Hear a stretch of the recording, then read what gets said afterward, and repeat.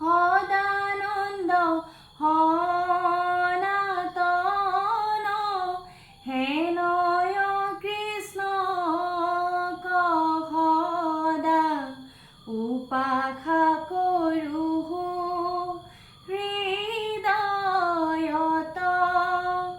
মই চকুৰ মনৰ সিংহ বামন পৰশুৰাম হৰিৰাম বৰা শ্ৰীৰাম বুদ্ধ কল্কি নামে আকৃতি ধৰি কৃষ্ণ তজু পাৱে কৰোঁ সুপ্ৰ